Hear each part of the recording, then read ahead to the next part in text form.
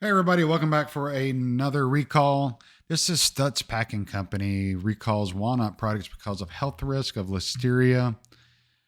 Company announced, let's see, Stutz Packing Company, Indio, California is volunteering recalling 1 pound package of shelled walnuts. Listeria, this is what they look like. 16 ounces of shelled walnuts. USDA Foods, Stutz Package Company, Indio, California.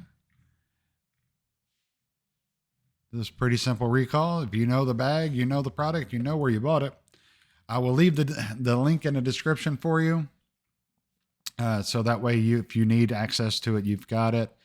Also, if you would like to join the channel, so that way you could help support the channel and also get early access to videos, be able to have priority on contact through chat on comments, also access to live videos, everything. Feel free to. Greatly appreciate it. Other than that, we'll see you back next time on our channel. See you soon.